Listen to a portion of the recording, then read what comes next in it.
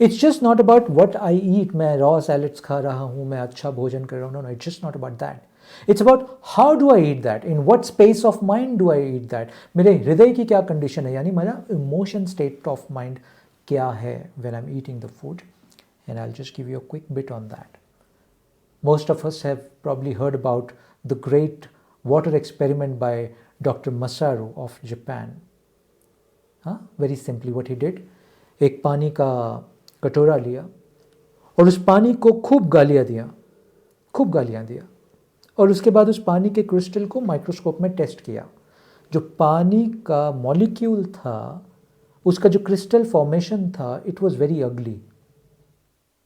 फिर उसने same source से एक और पानी का कटोरा लिया और उस पानी को इस बार उसने खूब सारी प्रेयर बोला, you know, you are really beautiful, thank you for quenching my thirst, तुम्हारे बिना तो मैं मर ही जाता, एट्सेट्रा एट्सेट्रा एट्सेट्रा.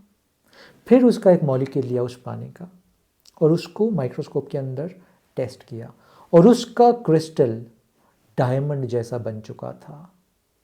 यानी आपका खाना, आपका भोजन आपकी बात सुनता है. अब अगर आप इजराइल और पैलेस्टीनियन की लड़ाई देखते हुए, हमस की लड़ाई देखते हुए टीवी पे ज़ोर से वॉल्यूम की न्यूज़ देखते हुए खाना खा रहे हैं, तो वो खाना वो बात सुन रहा है. When you're eating that, you are eating a lot of violence and conflict.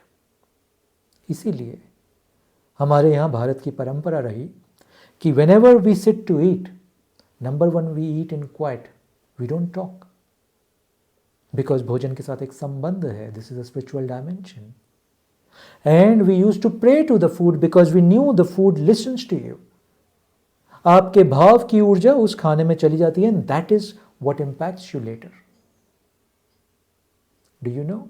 The outer shell of your body is called Annamaya Kosh. Anna मतलब food, Kosha मतलब layer.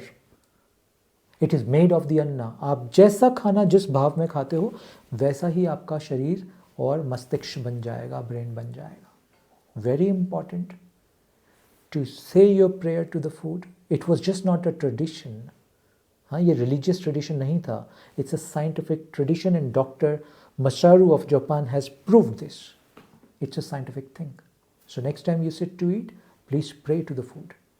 Thank everybody who's contributed to bring that food on the table, from the cook to the server to the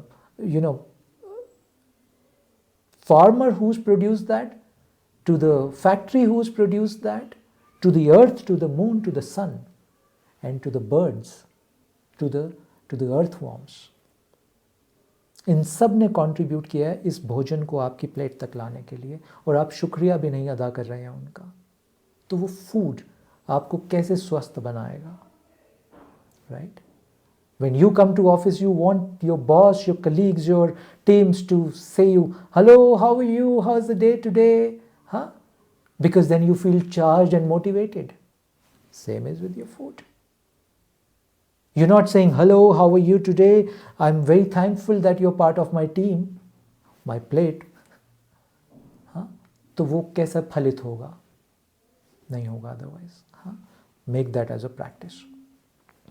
number and a quick on this one, how की भी हमने बात कर ली, when की बात नहीं की हमने. ये पता ही नहीं किसी को अभी तक पृथ्वी पे व्हेन का क्या चक्कर है, कब खाएं कब ना खाएं. हाँ, बहुत सिंपल इसका ट्रिक है. Whenever the Jathar Agni is high in your body, you should eat. क्योंकि अग्नि है, इसमें कुछ भी डालोगे जल जाएगा.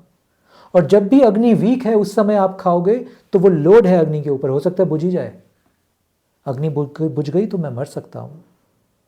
हाँ, और बुझी हुई या धीमी अग्नि के ऊपर आप कुछ मत डालो, ज़्यादा बड़ा लॉग मत डालो उस समय, right? I should share the rule with you. So when should we eat?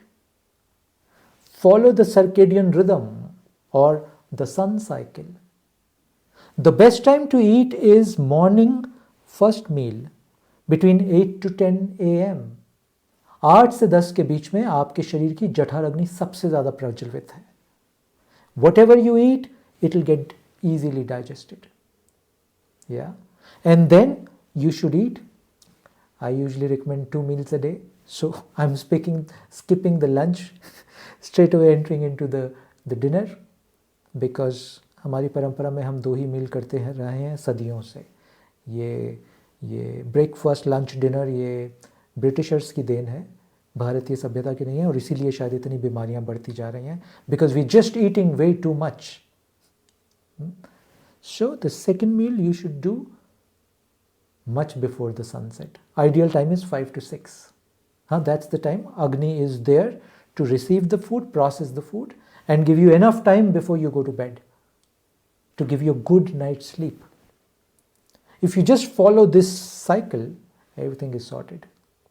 90% of the diseases are sorted just following this cycle.